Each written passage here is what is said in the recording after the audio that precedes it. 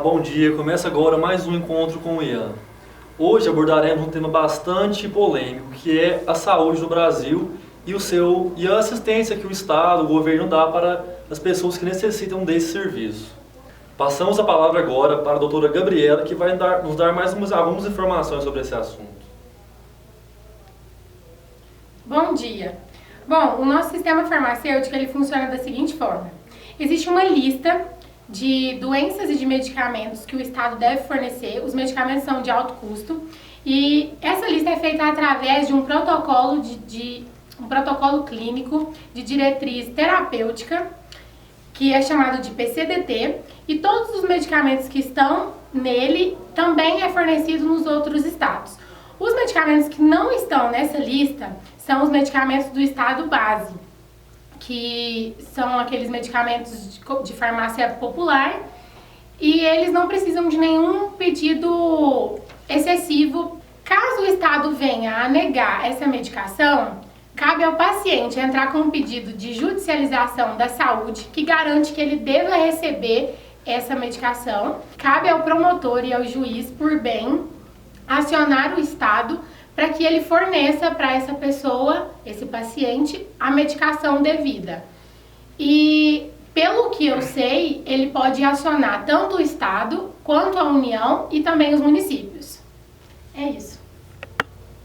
Muito obrigado, doutora Gabriela. E falando agora de dentro de um cenário mais jurídico, passamos a palavra para o nosso doutor Hugo. Bom dia. Vamos falar sobre os direitos fundamentais, que são aqueles direitos da pessoa humana que são reconhecidos e são firmados pela Constituição perante o Estado. Em que pese o fornecimento de remédios para a população, temos vários problemas relacionados à falta dos medicamentos e também, muitas vezes, o próprio Estado ele peca em não deixar a pessoa ter acesso ao remédio. Isso infringe a Constituição no artigo 196, que fala que a saúde pública deve servir para todos da população. E no seu artigo 6º, ela também preza a saúde. Muito obrigado, doutor Hugo. Agora vamos chamar aqui um jurista, doutor Tales, que vai dar um parecer a favor do Estado. Bom dia, doutores. Então, segundo a minha opinião de profissional, eu concordo com o que vocês disseram, até no que vocês alegaram do limite da população. A população possui uma certa escassez de saúde e alimento, certo? E é o que? É dever do poder público conferir à população tais direitos fundamentais que estão garantidos constitucionalmente. Porém, em contrapartida, nós temos que alegar o princípio da reserva do possível, que é também chamado de princípio do financeiramente possível, da reserva do financeiramente possível. Que tal princípio alega? Ele alega que para cada setor do poder público vai haver um limite de gastos, e tal limite de gastos não poderá ser ultrapassado mesmo para garantir tal direito fundamental, no qual deverá haver uma certa ponderação, uma relativização, porque nós temos essencialmente que não poderá haver um prejuízo de uma maioria em detrimento de uma minoria ou simplesmente um indivíduo. E infelizmente temos também que, no caso, os recursos do poder público não são infinitos. Então nós teremos que fazer tal ponderação, relativização para poder aplicar ao caso concreto.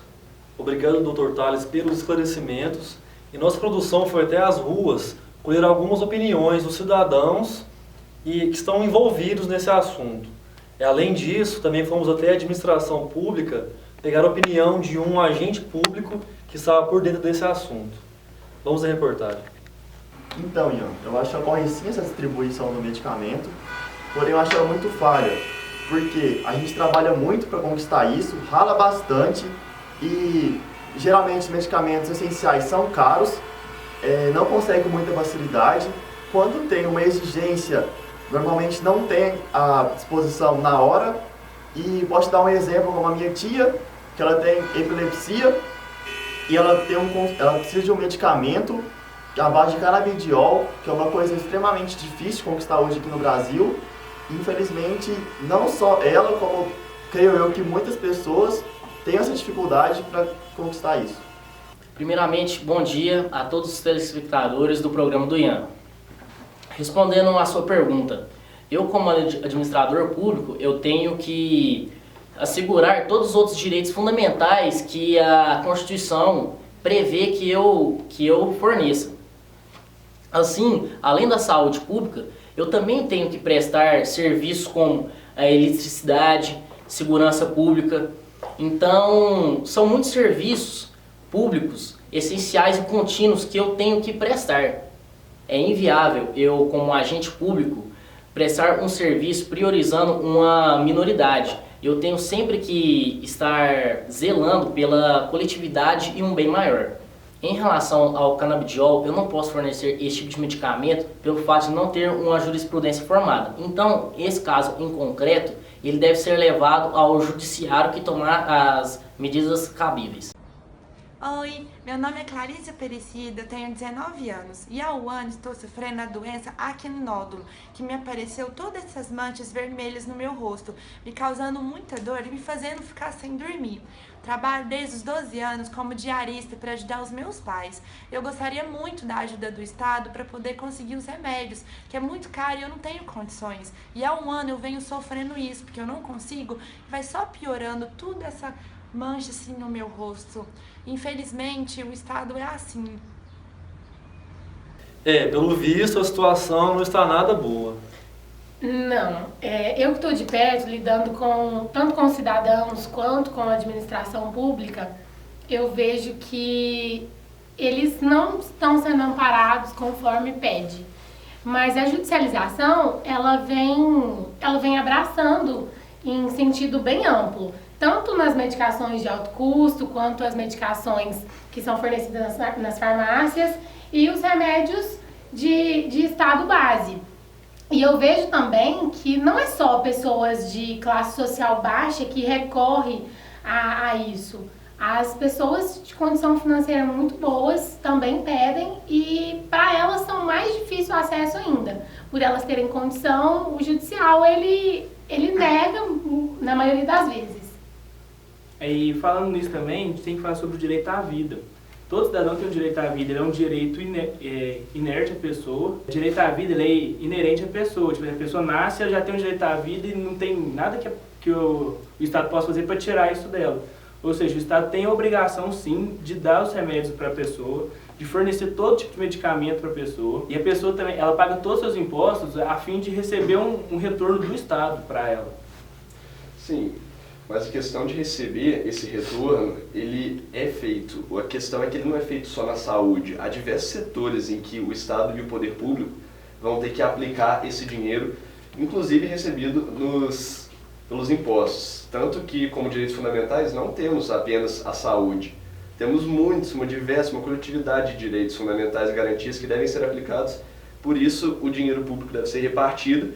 E não é infinito, claramente, tanto que passamos agora por uma grande crise, um grande período de crise, difícil para todos, e, portanto, inclusive deve ter uma reserva do próprio poder público.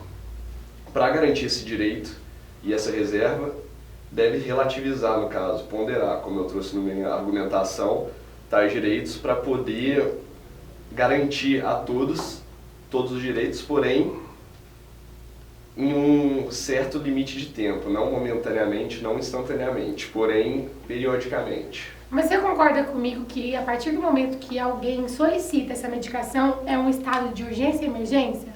Sim, eu concordo, porém, o que temos que fazer?